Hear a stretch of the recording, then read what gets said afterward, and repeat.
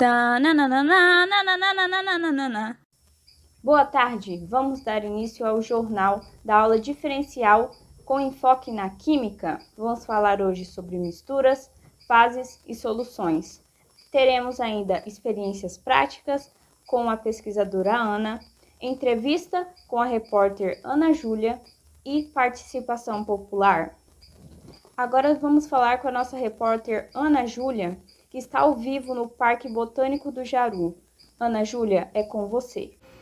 Boa tarde, Juliana. Estamos aqui no Parque Botânico do Jaru, que fica próximo à escola de ensino médio, a Escola Química na Minha Vida. E eu vou fazer aqui uma entrevista com a aluna Júlia. Júlia, você já ouviu falar sobre misturas, fases e soluções? Então, Ana Júlia, eu já ouvi falar, mas é um assunto que eu tenho muita dificuldade. Não entra na minha cabeça aquele negócio. Júlia, você gostaria de aprender formas diferentes de aprender esses conteúdos? Sim, bora lá! Então, ficamos agora com a explicação da pesquisadora renomada Ana, que é doutoranda em Educação e Ensino Diferencial, atuando na UNIR de Rondônia, na cidade de Ariquemes. Ana, é com você. Olá a todos, como já dito, meu nome é Ana e eu vou aqui fazer uma apresentação para vocês sobre misturas, fases e soluções. O conceito de fase é cada porção de uma mistura que apresenta um visual uniforme. E as fases, elas podem aparecer em misturas heterogêneas e misturas homogêneas. As misturas homogêneas, elas têm apenas uma fase visível a olho nu. E as heterogêneas apresentam mais de uma fase, podendo ser 2, 3 ou mais. Agora vamos ver um experimento que exemplifica isso. Vamos falar um pouco sobre as misturas homo e heterogêneas e também as soluções. Uma mistura homogênea é quando a gente tem duas substâncias e quando a gente mistura elas, a gente observa uma fase só. E o que é ter uma fase só? É quando a gente observa assim, a olho nu, só dá para ver como se fosse uma coisa só. Não dá para você ver separado a água e o sal que eu acabei de colocar ali. E outra coisa, esse sal que eu coloquei ali, ele é chamado de soluto. E a água que estava ali antes, sozinha, digamos assim, ela era o solvente que ia dissolver esse soluto, e quando os dois eles se juntam em uma coisa só, nessa mistura homogênea, a gente tem uma solução. E o que seria então a mistura heterogênea? É quando a gente pode observar duas fases. Por exemplo, aqui a gente já tem a nossa mistura de água e sal, e agora a gente colocou também o óleo. Se a gente observar, a gente está vendo essa separação entre a água e o sal, que estão embaixo, e o óleo, que está em cima. E isso é uma mistura heterogênea, porque a gente consegue observar duas fases. Uma fase que está mais abaixo e uma fase que está mais acima. Mas essas misturas heterogêneas, que é o caso dessa aqui, elas podem ter mais de uma fase. Mais de duas fases, porque aqui a gente está observando duas fases, mas poderiam ter outras variações dela. Por exemplo, se a gente colocasse um cubo de gelo, a gente poderia observar aí três fases.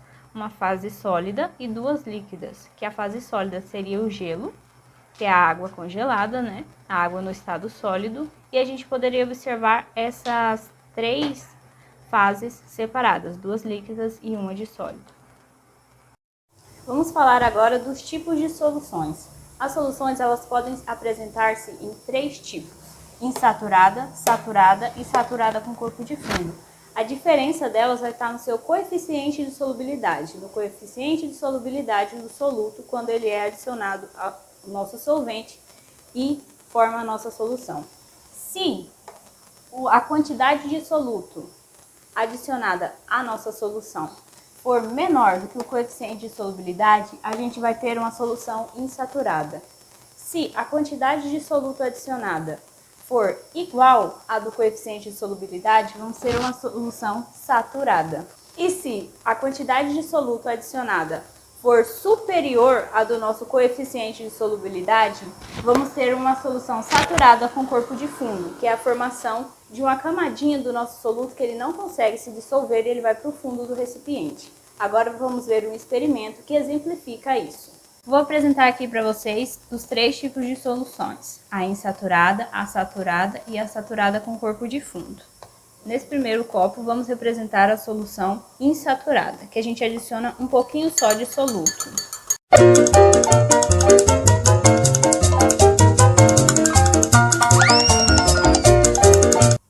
Temos aqui a nossa solução insaturada, que a gente pode observar que no fundo dela não sobrou nenhum precipitado, não sobrou nenhuma parte do soluto, todo ele se dissolveu.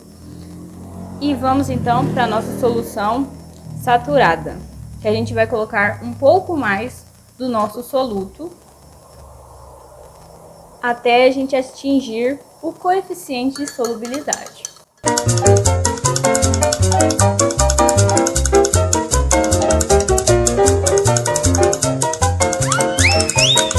Aqui então a nossa solução saturada, em que todo o sal que a gente colocou também conseguiu se dissolver até alcançar o coeficiente de solubilidade. Então vamos aqui para a nossa terceira solução, nosso terceiro tipo de solução, que é a saturada com corpo de fundo, que a gente vai colocar um pouco mais do nosso soluto até a gente depois, mesmo mexendo, conseguimos observar no fundo do nosso recipiente o precipitado.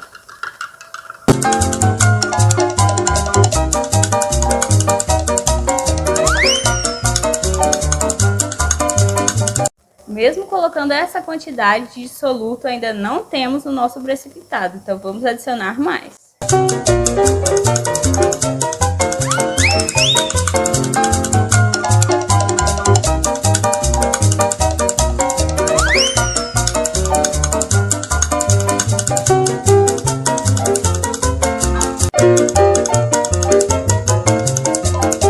Chegamos finalmente na nossa solução saturada com corpo de fundo. Se vocês observarem, a parte aqui está a parte da nossa solução, que é a mistura do soluto com o solvente, e aqui embaixo podemos observar o nosso precipitado, que é uma parte do soluto que não conseguiu se dissolver na nossa solução. Vamos falar dos componentes da solução. A solução ela é composta por um soluto e um solvente. Nós temos aqui o soluto, representado por essa substância na colher, e nós temos o solvente, representado por esse líquido dentro desse recipiente. Quando a gente junta o soluto com o solvente, a gente chega na nossa solução, que é a mistura dos dois, e eles apresentam uma fase uniforme, uma mistura homogênea. A concentração, ela depende da quantidade de soluto que é adicionada a uma solução. Se a gente adicionar pouco soluto, vamos ter uma solução pouco concentrada. E se a gente adicionar muito soluto, vamos ter uma solução mais concentrada. Agora eu vou mostrar para vocês um vídeo que exemplifica isso. Então vamos falar um pouquinho da concentração das soluções. Para esse experimento a gente vai precisar de tinta guache, 3 copos com água e 1 colher. A tinta, ela vai simbolizar o nosso soluto, que a gente vai colocar aqui um pouquinho só dentro dessa água.